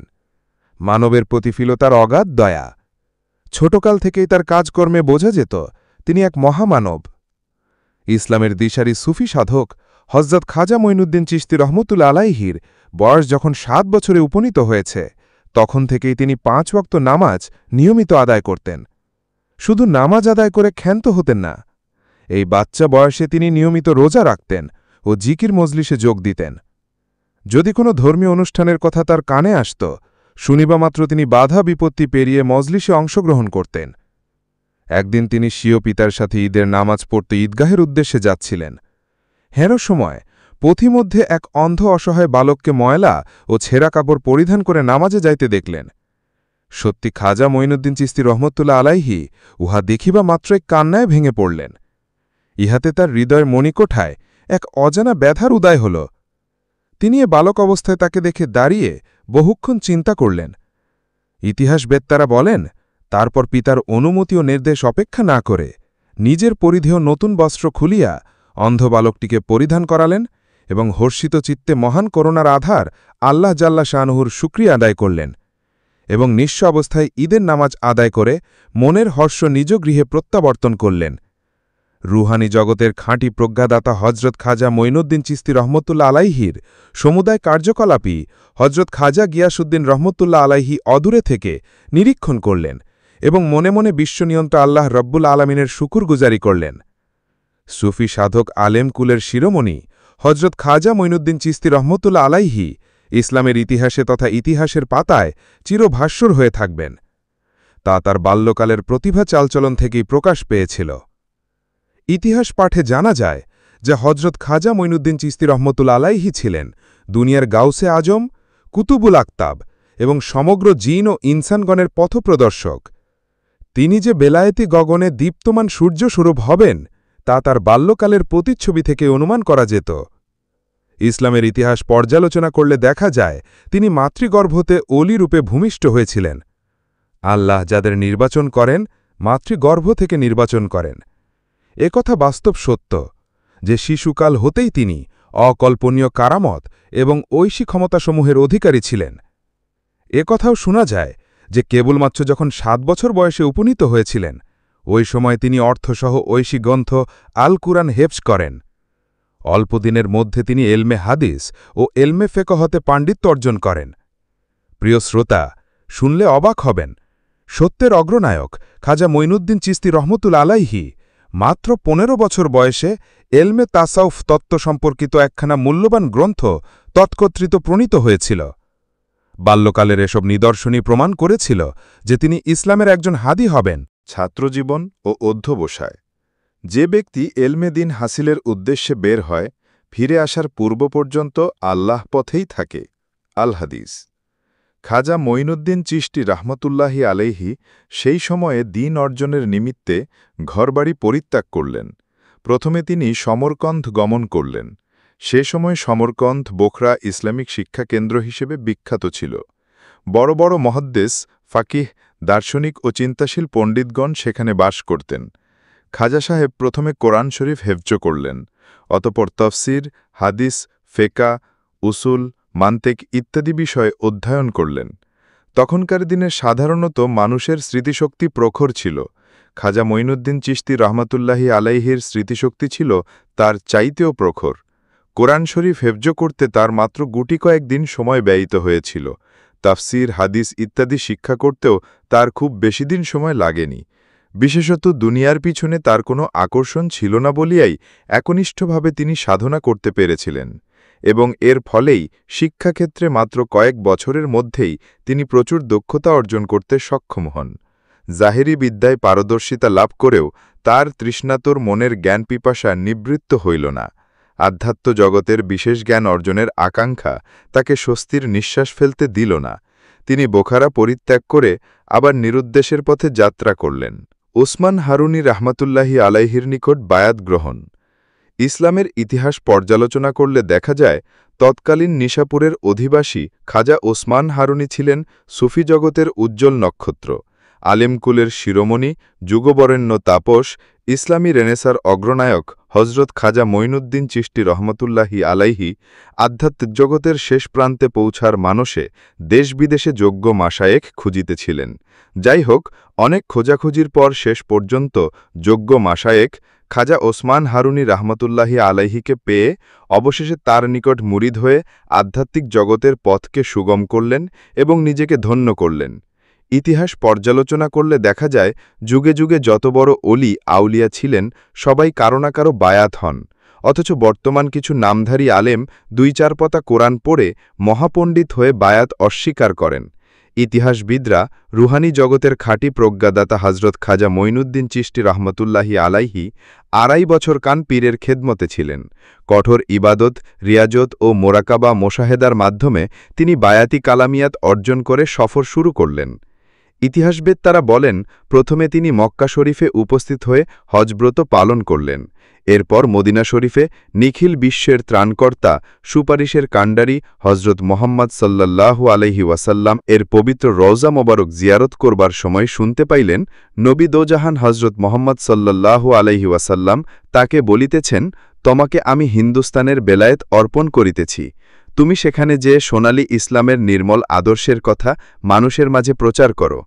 সত্যি কথা বলতে কি, সত্যের সৈনিক হজরত মোহাম্মদ সাল্লাল্লাহু আলাইহি ওয়াসাল্লাম যখন এই দেশে আগমন করলেন, তখন হিন্দুস্তানের প্রায় সর্বত্রই মূর্তিপূজার প্রচলন ছিল। সত্যি কথা বলতে হয়, সিন্ধু বিজয়ের পর এই দেশে মুসলিম সভ্যতা যতটুকু প্রসার লাভ করেছিল, কালের প্রভাবে তাও বিলীন হয়ে গিয়েছিল। খোদাদ্রোহীদের প্রতারণার জালে আবদ্ধ হয়ে এই দেশবাসী কল্পিত দেবদেবীর পূজায় নিজেদের উৎসর্গ করেছিলেন। তাদের শোচনীয় পরিণামের কথা স্মরণ করে রুহানি জগতের খাঁটি প্রজ্ঞাদাতা মঈনুদ্দিন চিশতি রহমতুল্লাহি আলাইহি ভ্রান্ত মানবদিগকে সত্যিকার খোদার দিকে ফিরিয়ে আনার জন্য আত্মনিয়োগ করলেন। ইতিহাসবেত্তাদের দৃষ্টিকোণ থেকে জানা যায় যে, দিল্লির রাজা ছিলেন তখন পৃথ্বীরাজ। তারাইনের প্রথম যুদ্ধে তিনি বিপ্লবী বীর মোহাম্মদ ঘুরির মতো বাহাদুরকেও পরাজিত করেছিলেন। মোহাম্মদ ঘুরির এই আক্রমণ সমস্ত হিন্দুদিগকে মুসলিম বিদ্বেষী করে তুলেছিল।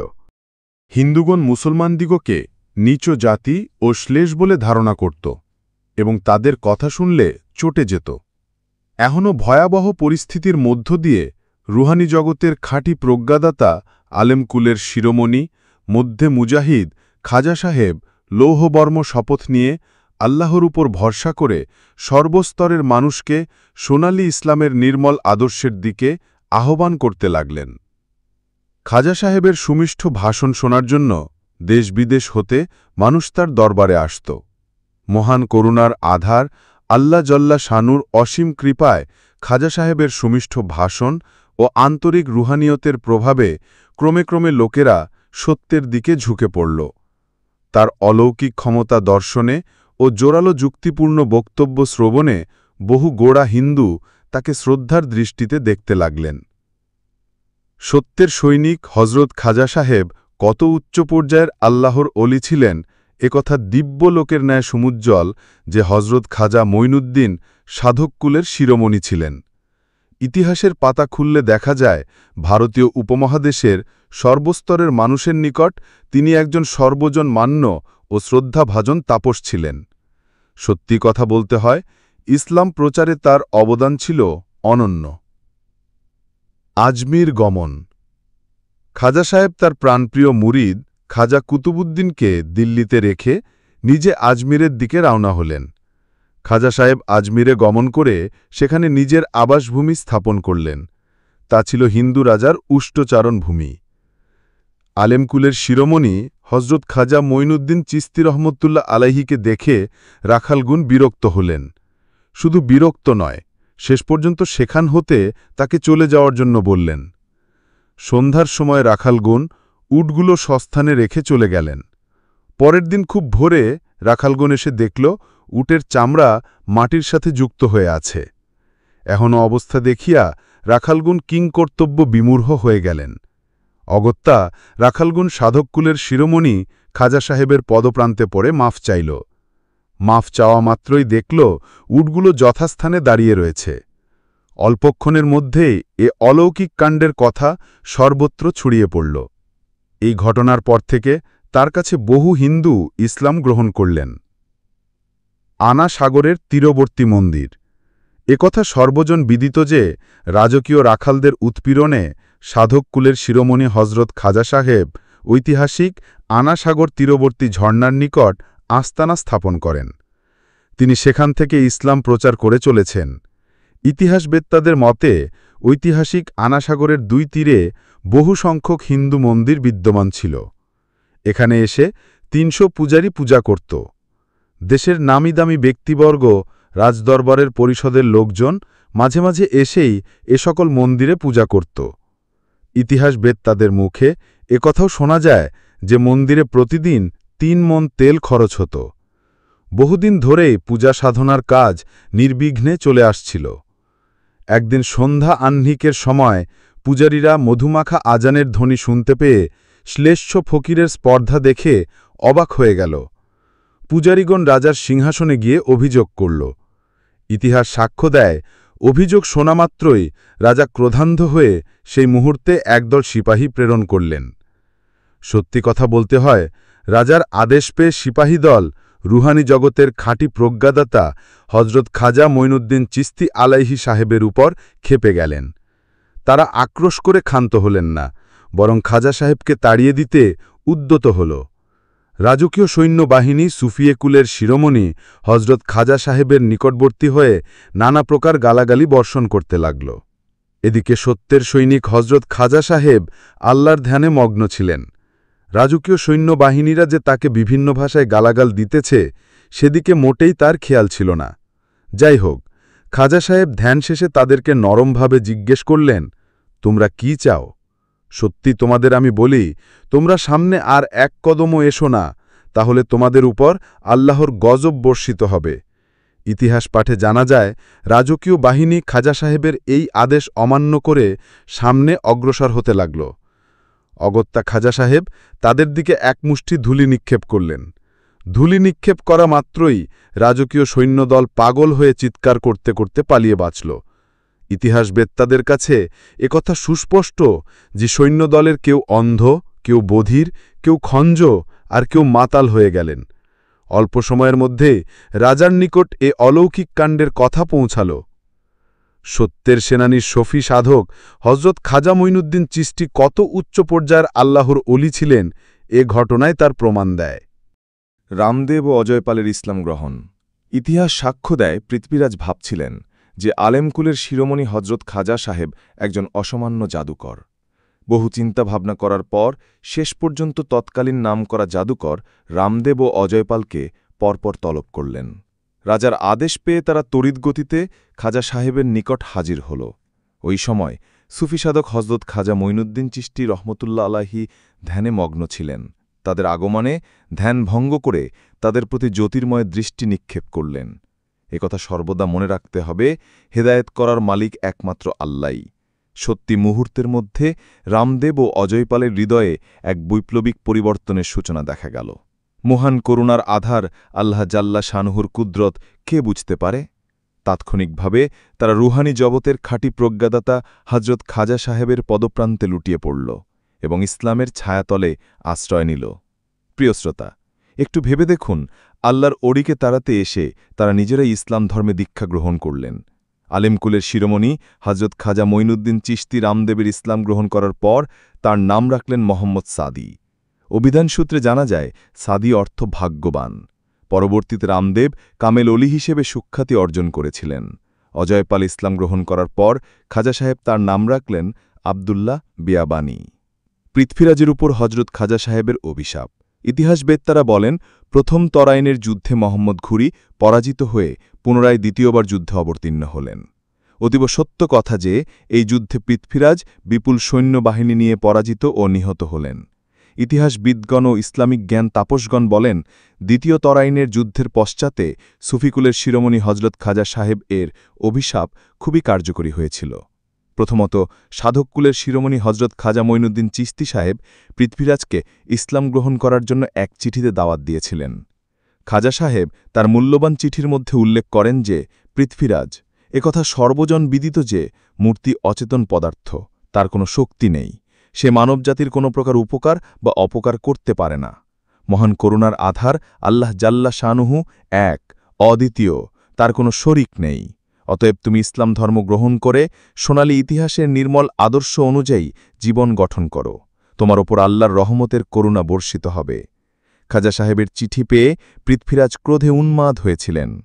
দ্বিতীয়ত, পৃথ্বীরাজ খাজা সাহেবের এক ভক্ত মুরিদি কর্মচারীকে অন্যায়ভাবে চাকরি হতে বরখাস্ত করায় খাজা সাহেব কথা শুনে এক টুকরো কাগজে লিখে পাঠান, আমি তোমাকে জীবিত অবস্থায় মুসলিম সৈন্যদের হাতে সোপর্দ করলাম। রুহানি জগতের খাঁটি প্রজ্ঞাদাতা খাজা সাহেবের এই অভিশাপ যে সত্যি পরিণত হয়েছে তা একটু খেয়াল করে শুনুন এবং চিন্তা করে দেখুন খাজা সাহেব কত দূর আল্লাহওয়ালা ছিলেন। চিশতিয়া তরিকা এ কথা সর্বজন বিদিত যে ইলমে মারেফতের অনেকগুলি তরিকার মধ্যে 4টি তরিকাই আসল: চিশতিয়া, কাদিরিয়া, নকশবন্দিয়া ও মুজাদ্দিদিয়া। ঐতিহাসিক দৃষ্টিকোণ থেকে জানা যায়, চিশতিয়া হিন্দুস্তানের একটি গ্রামের নাম। সাধককুলের শিরোমণি, সত্যের সৈনিক হজরত খাজা মঈনুদ্দিন চিশতি রহমতুল্লাহ আলাইহে ওই তরিকার অধিকাংশ তাপসগণ এ গ্রামে অবস্থান করতেন বলে তার নামানুসারে তাদের প্রবর্তিত তরিকার নাম চিশতিয়া তরিকা হয়েছে। ইতিহাসবেত্তারা বলেন, চিশতিয়া তরিকা যদিও খাজা সাহেবের আগেই প্রচলিত ছিল, কিন্তু এই তরিকার পূর্ণাঙ্গ বিকাশ লাভ করে তারই সময় হতে। এই তরিকার ওজিফা ও আমল অত্যন্ত সহজ ও সরল হবার কারণে সাধারণ মানুষতি এই শাখার তরিকা অত্যন্ত জনপ্রিয় হয়ে উঠেছিল। খাজা সাহেবের কতিপয় উপদেশবাণী। বিভিন্ন সময়ে সুফি সাধক হজরত খাজা মঈনুদ্দিন চিশতি রহমতুল্লাহ আলাইহে নিজ শিষ্যবর্গকে যে সকল মূল্যবান নসিহত প্রদান করেছেন তার তুলনা হয় না। তার কয়েকটি এইরূপ: এলাম গভীর সাগর সাদৃশ্য, মারেফাত ও হার তরঙ্গ। দান করলে খোদাই নেয়ামত লাভ করা সম্ভব। আরেফের নিদর্শন এই যে তিনি মৃত্যুকে বন্ধু মনে করেন এবং প্রতিটি শ্বাসপ্রশ্বাসে তিনি খোদাকে স্মরণ রাখেন। মোহব্বতের নিদর্শন এই যে বান্দা আল্লাহ তালার ইবাদত করবে এবং সাথে সাথে তার এ ভয়ও থাকবে যেন তার নৈকট্য হতে সে বঞ্চিত না হয়। পিতামাতার দিকে ভক্তিপূর্ণ দৃষ্টিতে তাকানো ইবাদাত। হতভাগা সেই লোক যে গুনাহের কাজে লিপ্ত থেকেও মনে করে প্রভু আমাকে কবুল করিয়া লইবেন। পরিশ্রম ব্যতীত কোনো কিছুই লাভ করা সম্ভব নয়। 4 শ্রেণীর লোক খুবই ভালো। প্রথমত, যে দরবেশ সর্বদা নিজেকে ধনী মনে করে, অর্থাৎ সম্বলহীন হওয়া সত্ত্বেও যে নিজের দারিদ্র্য কখনো প্রকাশ করে না। দ্বিতীয়ত, যে ক্ষুধার্ত নিজেকে তৃপ্ত ভাবে। তৃতীয়ত, যে চিন্তাক্লিষ্ট বিপদগ্রস্ত সর্বদা হাসি মুখে থাকে। এবং চতুর্থত, যে লোক শত্রু সহিত বন্ধুসুলভ আচরণ করে। সর্বপ্রথম যে বিষয়টি মানুষের উপর ফরজ করা হয়েছে তা হল আল্লাহর মারেফাত। তাও বরিস্তার কয়েকটি: জাহেলের সংসর্গ পরিত্যাগ করা, ভ্রান্তদের থেকে দূরে থাকা, অবিশ্বাসীদের সান্নিধ্য পরিহার করা, খোদার প্রিয় বান্দাদের সোহবত অবলম্বন করা ও নেক কাজে মনোনিবেশ করা। নেক করার চাইতে নেক বানের সোহবত যত উত্তম, পাপ করার চাইতে পাপীর সোহবত তত খারাপ। কোরআন শরীফ, কাবাগৃহ, পিতামাতা, বুজুর্গ, আলেম ও ওস্তাদের প্রতি দৃষ্টিপাত করা ইবাদতের শামিল। আরেফ যখন নীরব থাকেন মনে করবে তিনি প্রভুর সাথে কথা বলতেছেন। ওই ব্যক্তি প্রকৃত দরবেশ যার কাছে এসে কোনো লোক মাহরুম হয় না। ভালোবাসার প্রকৃত দাবুদার ওই সকল লোক যারা সর্বদা বন্ধুর কথা শুনতে ভালোবাসে। সত্যিকার বন্ধু ওই ব্যক্তি যে বন্ধুর দেওয়া বিপদকে হৃষ্টচিত্তে গ্রহণ করে। একজন মুসলিম ভাইকে বেইজ্জতি বা অপদস্থ করলে যত ক্ষতি হয়, সারা জীবন গুনাহের কাজে লিপ্ত থাকলেও তত ক্ষতি হয় না। যে সকল কথা বা কাজ আল্লাহ পাক অপছন্দ করেন, বান্দাও যদি সেই সকল কাজ ও কথা ঘৃণা করতে শেখে, তবেই খোদার দোস্তি সে অনায়াসে লাভ করতে পারে। ক্ষুধার্তকে অন্নদান, অভাবগ্রস্তের অভাব পূরণ ও শত্রুর সাথে সদাচরণ চরিত্রের বিশেষ গুণ। ওই ব্যক্তি প্রকৃত প্রেমিক, যার ইহলোক ও পরলোকের সকল আশা ত্যাগ করে একমাত্র মহান রব্বুল আলামিনের দিকে দৃষ্টি নিবদ্ধ করেছে। প্রেমপথে যে অটল থাকে, প্রেমাগ্নি তার অস্তিত্বকে বিলোপ করে দেয়। ইন্তেকাল ও দাফন। রুহানি জগতের খাঁটি প্রজ্ঞাদাতা হজরত খাজা মঈনুদ্দিন চিশতি রহমতুল্লাহ আলাইহিও একদিন চিরবিদায়ের ইঙ্গিত প্রাপ্ত হলেন। তার মহাপ্রস্থানের সময় ঘনিয়ে আসল। ইতিহাস পাঠে জানা যায় তার মৃত্যু সম্বন্ধে কথিত আছে যে আলেমকুলের শিরোমণি হজরত খাজা মঈনুদ্দিন চিশতি যে রাত্রিতে ইহধাম ত্যাগ করেছিলেন, সেই রাত্রিতে বিশ্বনিয়ন্তা আল্লাহ রাব্বুল আলামিনের অসংখ্য অলি আল্লাহ খাবে দেখতে পান যে সৈয়দুল মুরসালিন হজরত মোহাম্মদ সাল্লাল্লাহু আলাইহি ওয়াসাল্লাম বলিতেছেন, মঈনুদ্দিন আল্লাহ পাকের বন্ধু, আমরা তাকে অভ্যর্থনা জ্ঞাপন করার জন্য আগমন করেছি। ইতিহাসবেত্তারা বলেন, হিজরি ৬২৭ সালের ৬ রজব তারিখে ঈশান নামাজ আদায় করার পর সুফি সাধক হজরত খাজা মঈনুদ্দিন চিশতি রহমতুল্লাহ আলাইহি নিজ কক্ষে ঢুকলেন এবং ভেতর হতে উক্ত কামরার দরজা বন্ধ করে দিলেন। ক্রমে ফজরের সময় হল। অতীব দুঃখের বিষয়, প্রতিদিনের মতো আর হুজরার দরজা খুলল না। খাদেমগণ অত্যন্ত চিন্তিত হয়ে পড়লেন। পরিশেষে দরজা ভেঙে দেখা গেল যে সুফি সাধক, রুহানি জগতের খাঁটি প্রজ্ঞাদাতা হজরত খাজা মঈনুদ্দিন চিশতি সাহেবের প্রাণবায়ু শেষ হয়ে গেছে। ইন্না লিল্লাহে ওয়া ইন্না ইলাইহি রাজিউন। খাজা সাহেবের ইহধাম ত্যাগের সংবাদ শুনে জনসাধারণ অত্যন্ত মর্মাহত হয়। দেশ বিদেশ হতে মানুষের ঢল নেমে আসল। তার জানাজার নামাজে অসংখ্য লোক শরিক হন। তার সুযোগ্য পুত্র খাজা ফখরুদ্দিন রহমতুল্লাহ আলাইহি জানাজার নামাজ পড়ান। তিনি যে হুজরায় মৃত্যুবরণ করেন, সেই হুজরাতেই তাকে দাফন করা হয়। হিন্দুগণ মুসলমান দিককে নীচ জাতি ও শ্লেষ বলে ধারণা করত এবং তাদের কথা শুনলে চটে যেত। এহনো ভয়াবহ পরিস্থিতির মধ্য দিয়ে রুহানি জগতের খাঁটি প্রজ্ঞাদাতা, আলেমকুলের শিরোমণি মদ্দে মুজাহিদ খাজা সাহেব লৌহবর্ম শপথ নিয়ে আল্লাহর উপর ভরসা করে সর্বস্তরের মানুষকে সোনালী ইসলামের নির্মল আদর্শের দিকে আহ্বান করতে লাগলেন। খাজা সাহেবের সুমিষ্ঠ ভাষণ শোনার জন্য দেশ বিদেশ হতে মানুষ তার দরবারে আসত। মহান করুণার আধার আল্লাহ জাল্লা শানুর অসীম কৃপায় খাজা সাহেবের সুমিষ্ঠ ভাষণ ও আন্তরিক রুহানিয়াতের প্রভাবে ক্রমে ক্রমে লোকেরা সত্যের দিকে ঝুঁকে পড়ল। তার অলৌকিক ক্ষমতা দর্শনে ও জোরালো যুক্তিপূর্ণ বক্তব্য শ্রবণে বহু গোড়া হিন্দু তাকে শ্রদ্ধার দৃষ্টিতে দেখতে লাগলেন। সত্যি কথা বলতে হয়, ইসলাম প্রচারে তার অবদান ছিল অনন্য। আসসালামু আলাইকুম ওয়ারহমতুল্লাহি ওয়াবারকাতুহু। সবাই কেমন আছেন? আশা করি মহান আল্লাহ তাআলার দয়া ও রহমতে সবাই ভালো আছেন। আজকের মঈনুদ্দিন চিশতি রহমতুল্লাহ আলাইহির জীবনের কয়েকটি অলৌকিক ঘটনা আলোচনা করব। আমাদের চ্যানেলে খাজা মঈনুদ্দিন চিশতি রহমতুল্লাহ আলাইহির জীবনী এবং অলৌকিক ঘটনা পর্ব আকারে দেওয়া হবে। খাজা মঈনুদ্দিন চিশতির অলৌকিক জীবনী জানার জন্য আমাদের ইউটিউব চ্যানেলটি সাবস্ক্রাইব করুন। তাছাড়া আমাদের ইউটিউব চ্যানেলে বড় পীর আব্দুল কাদের জিলানী রহমতুল্লাহ আলাইহির জীবনী মুবারক পর্ব আকারে দেওয়া আছে। তাছাড়া অন্যান্য অলি আউলিয়ার জীবনী দেওয়া আছে, নবী রাসূলের কারামত দেওয়া আছে। আপনারা আমাদের চ্যানেলটি ঘুরে আসতে পারেন। তাহলে শুরু করা যাক। খাজা গরিবে নওয়াজ মঈনুদ্দিন চিশতির রহমতুল্লাহ আলাইহি একদিন একটি গাছের ছায়ায় বসে তার শিষ্যদের দ্বীনী নসিহত করছিলেন।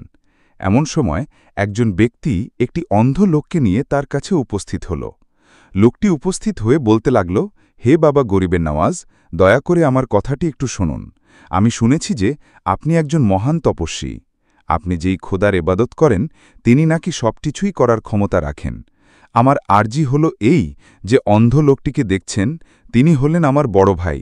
তিনি রাজা পৃথ্বীরাজের রাজদরবারে একজন কর্মকর্তা।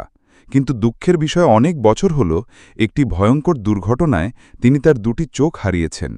অনুগ্রহ করে আপনি তার চোখের দৃষ্টি ফিরিয়ে দিন। খাজা গরিবে নওয়াজ রহমতুল্লাহ আলাইহি লোকটির কথা শুনে বললেন, হে আল্লাহর বান্দা, শুনো, চোখের দৃষ্টি ফিরিয়ে দেওয়ার মালিক আমি নই। সবকিছুই করতে পারেন যিনি, তিনি হলেন আমার মালিক মহান আল্লাহ তাবারাকা ওয়া তাআলা। আমি কেবল তার জন্য দোয়া করতে পারি। এবার লোকটি বলতে লাগল, হে মহান তপস্বী, আমরা হিন্দু বলে আমাদেরকে আপনি ফিরিয়ে দিবেন না। অনুগ্রহ করে আপনি আপনার মালিকের কাছে একটু দোয়া করুন, তিনি যেন আমার ভাইয়ের দৃষ্টিশক্তি ফিরিয়ে দেন। লোকটির এমন কথা শুনে অন্ধ লোকটির প্রতি খাজা গরিবের নওয়াজের মায়া হল, তাই তিনি আল্লাহর দরবারে দোয়া করলেন, হে মালিক, এই অন্ধ লোকটি অনেক আশা ও বিশ্বাস নিয়ে আমার কাছে এসেছে, তার দৃষ্টিশক্তি আপনি ফিরিয়ে দিন, আর তাদের উভয়ের অন্তরে ঈমানের আলোতে আলোকিত করে দিন। মহান আল্লাহ রাব্বুল আলামিন গরিবে নওয়াজের দোয়া কবুল করে লোকটির দৃষ্টিশক্তি ফিরিয়ে দিলেন। আগত লোকটি যখন দেখল তার ভাইয়ের দৃষ্টিশক্তি ফিরে এসেছে, তখন সে নির্বাক হয়ে গেল। খুশিতে আত্মহারা হয়ে উভয় খাজা গরিবে নওয়াজের সামনে হাঁটু গেড়ে বসে পড়ল এবং বলতে লাগল, হে মহান তপস্বী, আমরা আপনার এই অনুগ্রহ কখনো ভুলব না। দয়া করে আপনি আমাদেরকে সেই মালিকের গোলাম বানিয়ে নিন, যিনি সর্বময় ক্ষমতার অধিকারী। অতপর বাবা গরিবে নওয়াজ তাদের উভয়কে মুসলমান বানিয়ে নিলেন। পরদিন যখন ওই অন্ধ লোকটি রাজা পৃথ্বীরাজের রাজদরবারে উপস্থিত হল, তখন রাজা পৃথ্বীরাজ দেখল যে সেটার দৃষ্টিশক্তি ফিরে পেয়েছে। তখন রাজা তাকে জিজ্ঞেস করে বলতে লাগল, কি ব্যাপার, তোমার দৃষ্টিশক্তি কিভাবে ফিরে পেলে? তুমি তো অন্ধ ছিলে, তাহলে কোন কবিরাজ তোমার চিকিৎসা করল? তখন সে বলতে লাগল, হে মহান রাজা, আমি এমন এক মহান চিকিৎসকের গোলাম হয়েছি, যিনি সর্বময় ক্ষমতার অধিকারী। অতপর সে সকল ঘটনা খুলে বলল। রাজা পৃথ্বীরাজ যখন শুনল যে সে মুসলমান হয়ে গিয়েছে, তখন রাজা পৃথ্বীরাজ ভীষণ রাগান্বিত হল এবং বলতে লাগল, তোমার এত বড় সাহস! সামান্য এই ফকিরের কথায় তুমি আমাদের দেবদেবীর পূজা ছেড়ে দিয়েছ? তুমি এখনই রাজদরবার থেকে বেরিয়ে যাও, আজ থেকে যেন আমি আর তোমাকে কখনো আমার এই রাজদরবারে না দেখি। এ কথা বলে রাজা পৃথ্বীরাজ ওই লোকটিকে তার রাজদরবার থেকে বের করে দিলেন। রাজদরবার থেকে বের হয়ে লোকটি অনেক চিন্তায় পড়ে গেল। সে ভাবতে লাগল, রাজদরবারের চাকরিটা তো চলে গেল, এখন আমি আমার পরিবার নিয়ে কিভাবে দিন যাপন করব? সে মহান আল্লাহ রাব্বুল আলামিনের কাছে ফরিয়াদ জানাতে লাগল, হে মালিক, তোমার গোলাম হওয়ার অপরাধে পৃথ্বীরাজ আমাকে রাজদরবার থেকে তাড়িয়ে দিয়েছে। হে মহান, তুমি সবকিছুই দেখছ, তুমি আমার একটা বিহিত ব্যবস্থা করে দাও। পরদিন সকালবেলা বাবা মঈনুদ্দিন চিশতির রহমতুল্লাহ আলাইহি ফজরের সালাত আদায় করে তার খানকাহে বসে মহান আল্লাহ তাআলার ধ্যানে মগ্ন ছিলেন। এমতো অবস্থায় সেই লোকটি তার কাছে এসে উপস্থিত হল এবং হাঁটু গেড়ে তার সামনে বসে পড়ল আর দুঃখ ভরা কণ্ঠে বলতে লাগল, হে আমার মুর্শিদ গরিবে নওয়াজ, আপনি তো জানেন আমি মাত্র মুসলমান হয়েছি, এখনই এত বড় পরীক্ষা আমার জন্য কষ্টকর হয়ে দাঁড়িয়েছে। বাবা মঈনুদ্দিন চিশতি রহমতুল্লাহ আলাইহি বললেন, কি হয়েছে খুলে বল। এবার সে বলতে লাগল, বাবা, রাজা পৃথ্বীরাজ আমাকে চাকরি থেকে বরখাস্ত করে দিয়েছে শুধুমাত্র ইসলাম গ্রহণের অপরাধে। আমি আমার পরিবার পরিজন নিয়ে ভীষণ বেকায়দায় পড়েছি, এখন কি করতে পারি? বাবা খাজা বললেন, ধৈর্য ধরো, এটা তোমার জন্য এক পরীক্ষা, অধৈর্য হলে হবে না। এবার লোকটি বলতে লাগল, বাবার রাজা পৃথ্বীরাজ তো আপনার অনেক ক্ষমতা সচক্ষে দেখেছে, আমার বিশ্বাস সে আপনার কথা শুনবে। আপনি যদি আমার চাকরিটা ফিরিয়ে দিতে বলতেন, তাহলে হয়তো সে আমাকে পুনরায় নিয়োগ দিতে সম্মত হতো। খাজা গরিবে নওয়াজ শিষ্যের এমন অবস্থা ও কথা শুনে অনুরোধ করার জন্য রাজি হয়ে গেলেন এবং তার একজন মুরিদকে একখানা চিঠি দিয়ে রাজা পৃথ্বীরাজের দরবারে প্রেরণ করলেন। মুরিদ যখন খাজা বাবার চিঠি নিয়ে রাজদরবারে প্রবেশ করল, তখন রাজা তার মন্ত্রীকে আদেশ করল যে চিঠিটা আমাকে পড়ে শোনাও। তখন মন্ত্রী ওই মুরিদের হাত থেকে চিঠিটা নিয়ে পড়তে আরম্ভ করল। চিঠিতে লেখা ছিল, হে রাজা পৃথ্বীরাজ, আমি জাহানের অধিপতি মহান আল্লাহর গোলাম মঈনুদ্দিন চিশতি, তোমার নিকট আমার আদেশ ও অনুরোধ, তুমি আমার ওই মুসলমান ভাইটিকে পুনরায় চাকরিতে নিযুক্ত করো, যাকে ইসলাম গ্রহণের কারণে তুমি চাকরিচ্যুত করেছ। মনে রেখো, মহান আল্লাহর শাস্তি বড় ভয়াবহ। তুমি যদি আমার এই অনুরোধ প্রত্যাখ্যান করো, তাহলে আল্লাহ তাবারাকা ওয়া তাআলা তোমাকে কঠিন শাস্তির সম্মুখীন করবেন। খাজা বাবার চিঠির এই বক্তব্য শুনে রাজা পৃথ্বীরাজ ক্রোধান্বিত হয়ে উঠল এবং সে তার আসন থেকে দাঁড়িয়ে গেল আর মন্ত্রীর কাছ থেকে চিঠিটা নিয়ে চিঠিটাকে দুটুকরো করে মাটিতে ফেলে দিল এবং রাগত কণ্ঠে বলতে লাগল, সামান্য একজন ফকিরের এত বড় সাহস কি করে হয় যে সে আমাকে আদেশ করে? সে আমাকে কি মনে করেছে? আমি চাইলে নিমিষেই তাকে দুনিয়া থেকে বিদায় করে দিতে পারি। অতপর রাজা পৃথ্বীরাজ তার সৈন্যদের উদ্দেশ্য করে বলল, তোমরা এখনই এই বেয়াদব ফকিরকে আমার ফরমান জানিয়ে আসো। তোমরা বলবে যে আমি কখনো কোনো মুসলমানকে আমার রাজদরবারে চাকরি দিতে পারবো না, আর তার মতো একজন সামান্য ফকিরের কথা আমি মানতে বাধ্য নই। সামনে যদি সে এরকম দুঃসাহস দেখায়, তাহলে আমি ভারতবর্ষের সকল মুসলমানদেরকে ভারতবর্ষ থেকে বিতাড়িত করে দেব।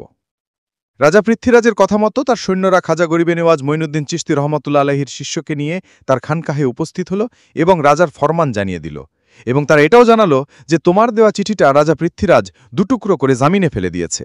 এই সংবাদ শোনার পর খাজা গরিবে নেওয়াজ চিশতি রহমতুল্লাহ আলাইহি অত্যন্ত ব্যথিত হলেন এবং ভারাক্রান্ত কণ্ঠে বললেন, এর বিচার আমার মালিক মহান আল্লাহ তাবারক ওয়া তাআলা অবশ্যই করবেন। তোমরা রাজাকে গিয়ে জানিয়ে দিও যে আমি তার এই রাজ্যের শাসনভার একজন মুসলিম সেনাপতির হাতে তুলে দিলাম। অচিরেই সে তার এই রাজ্য হারাবে এবং তাকে এই দুনিয়া ছেড়ে চলেও যেতে হবে। বাদশাহের সৈন্যরা যখন চলে গেল তখন খাজা গরিবে নেওয়াজ মহান আল্লাহর ধ্যানে মগ্ন হয়ে বলতে লাগলেন, হে মহিয়ান গরিয়ান রাজাধিরাজ, মহান মুনিব আমার, তুমি তো দেখেছ তোমার এক গোলাম তোমার গোলামি করার কারণে রাজা পৃথ্বীরাজ তার জীবনের উপকরণ একমাত্র চাকরিটি কেড়ে নিয়েছে এবং আমার অনুরোধের চিঠিটাও সে ছিঁড়ে ফেলেছে। তুমি এই জুলুমের একটি বিহিত করো, এই ভারতবর্ষের মুসলমানদের তুমি সহায় হও। এই ঘটনার কিছুদিন পরের ঘটনা। তৎকালীন সময়ে আফগানিস্তানের শাসক ছিলেন মোহাম্মদ ঘুরি। তিনি এক রাত্রে তার শয়নকক্ষে ঘুমিয়ে আছেন। হঠাৎ তিনি প্রত্যক্ষ করলেন যে খাজা গরিবে নেওয়াজ মঈনুদ্দিন চিশতি রহমতুল্লাহ আলাইহি তাকে বলছেন, হে মোহাম্মদ ঘুরি, ভারতের জালিম বাদশা রাজা পৃথ্বীরাজ অত্যন্ত বেয়াদব এবং জুলুমবাজ হয়ে গিয়েছে। সে মুসলমানদেরকে এই ভারতবর্ষ থেকে বিতাড়িত করতে চায়। তাই তোমার প্রতি আমার আদেশ, তুমি কাল বিলম্ব না করে এই ভারতবর্ষ আক্রমণ করে মুসলমানদেরকে হেফাজতের জিম্মেদারি নাও। মোহাম্মদ ঘুরিকে স্বপ্নের মাধ্যমে এই নির্দেশনা দিয়ে খাজা গরিবে নেওয়াজ চিশতি রহমতুল্লাহ আলাইহি চলে গেলেন। অতঃপর পরদিন সকালবেলা মোহাম্মদ ঘুরি তার সমস্ত সেনাপ্রধানদেরকে ডেকে পাঠালেন এবং তাদেরকে বললেন যে বাবা মঈনুদ্দিন চিশতি আমাকে বলেছেন আমি যেন ভারতবর্ষে আক্রমণ করি এবং সেখানকার অত্যাচারী শাসক রাজা পৃথ্বীরাজকে হত্যা করে ভারতবর্ষের শান্তি প্রতিষ্ঠা করি। তোমরা জানো আমরা আফগানিরা ইতিপূর্বে একবার ভারতবর্ষে আক্রমণ করেছি এবং আমাদের রাজ্য বড় হওয়ার কারণে আমরা ভারতবর্ষ থেকে আফগানিস্তানে পুনরায় চলে এসেছিলাম। আমরা সেখানে শাসন ক্ষমতা আঁকড়ে ধরে রাখতে পারিনি। ভারতবর্ষে পুনরায় অভিযান পরিচালনা করা আমার ইচ্ছে নেই, কিন্তু মহান তাপস গরিবে নেওয়াজ খাজা মঈনুদ্দিন চিশতি রহমতুল্লাহের আদেশও আমি অগ্রাহ্য করতে পারছি না। এমত অবস্থায় আমার কি করা উচিত, তোমরা আমাকে পরামর্শ দাও। তখন সেনাপ্রধানদের মধ্য থেকে একজন সেনাপ্রধান বলে উঠল, মহামান্য সিপা সালার, আপনি আমাদেরকে আদেশ করুন, আমরা আপনার সিদ্ধান্তে আমাদের সিদ্ধান্ত বলে বিবেচনা করব। এবার মোহাম্মদ ঘুরি বলতে লাগল, তোমরা তো জানোই আমাদের সৈন্য সামন্ত বেশি পরিমাণে নেই, সব মিলিয়ে 1 লক্ষ হবে। এই সামান্য সংখ্যক সৈন্য নিয়ে এত বিশাল সাম্রাজ্য ভারতবর্ষে অভিযান পরিচালনা করা সহজ হবে না। তথাপি মহান তাপস মঈনুদ্দিন চিশতি রহমতুল্লাহ আলাইহির আদেশও আমি অগ্রাহ্য করতে পারছি না। পারি না। তাই আমার সিদ্ধান্ত হল এই অল্প সংখ্যক সৈন্য নিয়েই আমরা ভারতবর্ষ আক্রমণ করব। অতঃপর দিনক্ষণ ঠিক করা হল। মোহাম্মদ ঘুরি 1 লক্ষ জানবাজ মুজাহিদদেরকে নিয়ে ভারত অভিযান পরিচালনা করার জন্য আফগানিস্তান থেকে রওনা করলেন। এদিকে রাজা পৃথ্বীরাজ যখন শুনতে পেল যে আফগানি বীর সিপাহ সালার মোহাম্মদ ঘুরি পুনরায় ভারতবর্ষ আক্রমণ করতে আসছে, তখন তার মুখের পানি শুকিয়ে গেল। সে বলতে লাগল, হায় হায়, এখন আমি কি করব? ইতিপূর্বে পানিপথের প্রথম যুদ্ধে আফগানিস্তানের কাছে আমাদের শোচনীয় পরাজয় হয়েছিল। এবার যদি তারা আবার আমাদের আক্রমণ করে তাহলে আমরা তো একেবারেই নিঃশেষ হয়ে যাব। সে রাজদরবারে একটি সভা ডাকল এবং বলতে লাগল, হে আমার সিপাহীরা, তোমরা আমাকে পরামর্শ দাও। আমি খবর পেয়েছি যে মোহাম্মদ ঘুরি আমার রাজ্যে আক্রমণ করার জন্য রওনা করে দিয়েছে। এমত অবস্থায় আমাদের করণীয় কি? সৈন্যরা বলতে লাগল, মহামান্য রাজা, আপনি বিচলিত হবেন না, কেননা আমরা সংখ্যায় অনেক সৈন্য রয়েছি। আমাদের বর্তমানে প্রায় 2.5 লক্ষের সৈন্য রয়েছে। আপনি মোহাম্মদ ঘুরি এবং তার 1 লক্ষ সৈন্যকে ভয় পাবেন না। আমরা তার সাথে মোকাবেলা করব এবং বিজয় ছিনিয়ে আনব। এবার রাজা পৃথ্বীরাজ বলতে লাগল, তোমরা আমাকে মিথ্যা আশ্বাস দিও না, কেননা পানিপথের প্রথম যুদ্ধে আমাদের শোচন্য পরাজয় হয়েছিল। তখনও তারা সংখ্যায় কম সৈন্য ছিল। অতঃপর আলোচনা করে সিদ্ধান্ত নেওয়া হল যে প্রথমেই আমরা মোহাম্মদ ঘুরিকে ফিরিয়ে দেওয়ার জন্য বাবা গরিবে নেওয়াজ খাজা মঈনুদ্দিন চিশতি রহমতুল্লাহি আলাইহের কাছে প্রস্তাবনা পেশ করব। যদি তিনি মোহাম্মদ ঘুরিকে ফিরিয়ে দিতে রাজি হন তাহলে তো ভালোই, অন্যথায় মোহাম্মদ ঘুরির সাথে যুদ্ধ করা ছাড়া আর কোনো উপায় থাকবে না।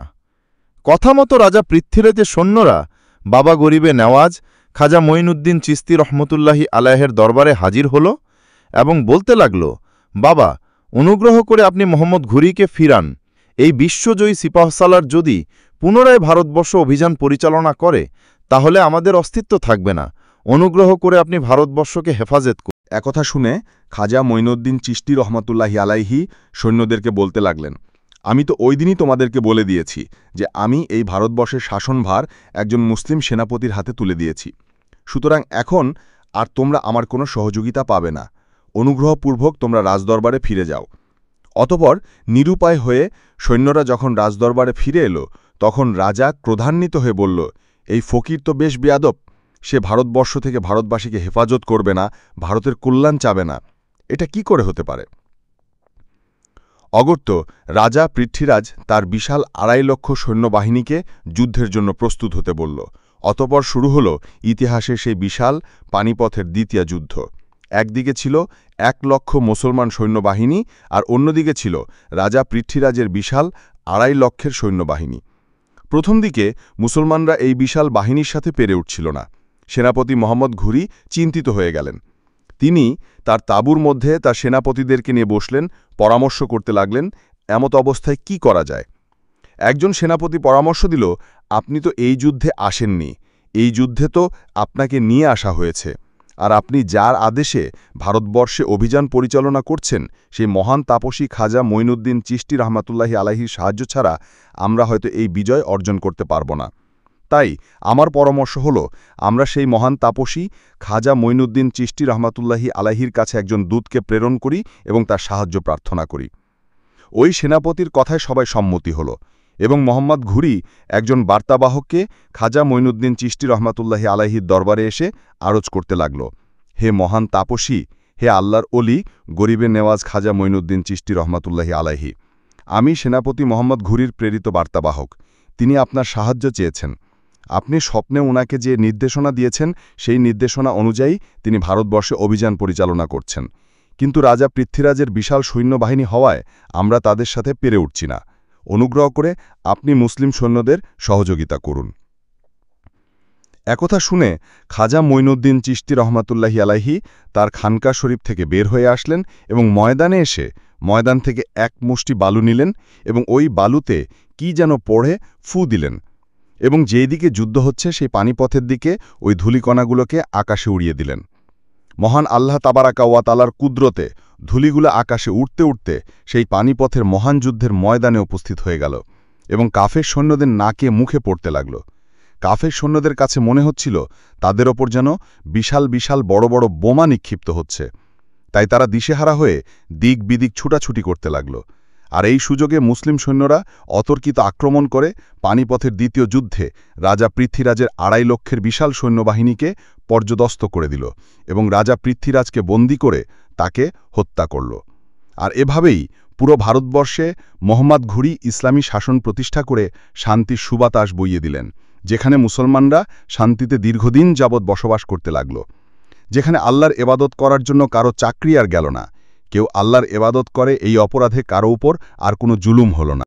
প্রিয় দর্শক, বর্তমান সময়ে হিন্দুত্ববাদী শাসক গোষ্ঠীরা হিন্দুত্ববাদকে প্রতিষ্ঠা করার লক্ষ্যে ভারতে মুসলমানদের সকল নিদর্শনগুলিকে মুছে ফেলার মানসে প্রতিটি মসজিদের নিচে মন্দির রয়েছে এই মিথ্যা অপবাদ রটিয়ে মসজিদগুলোকে শহীদ করছে। আমাদের আরও একজন খাজা মঈনুদ্দিন চিশতির প্রয়োজন। আমাদের আরও একজন মোহাম্মদ ঘুরির মতো সেনাপ্রধান প্রয়োজন। আমাদের আরও একজন বীর সিপাহ সালার প্রয়োজন, যিনি এই ভারতবর্ষে কালেমার পতাকাকে পতপত করে উড়াবেন, শান্তির সুবাতাস বইয়ে দিবেন মুসলিম অধ্যুষিত এই ভারতবর্ষে।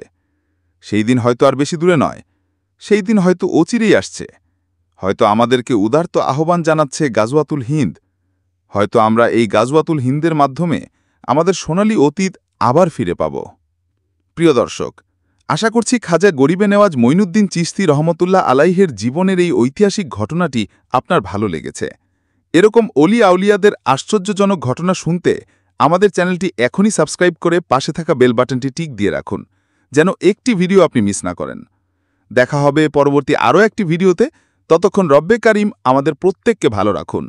আসসালামু আলাইকুম ওয়া রাহমাতুল্লাহ।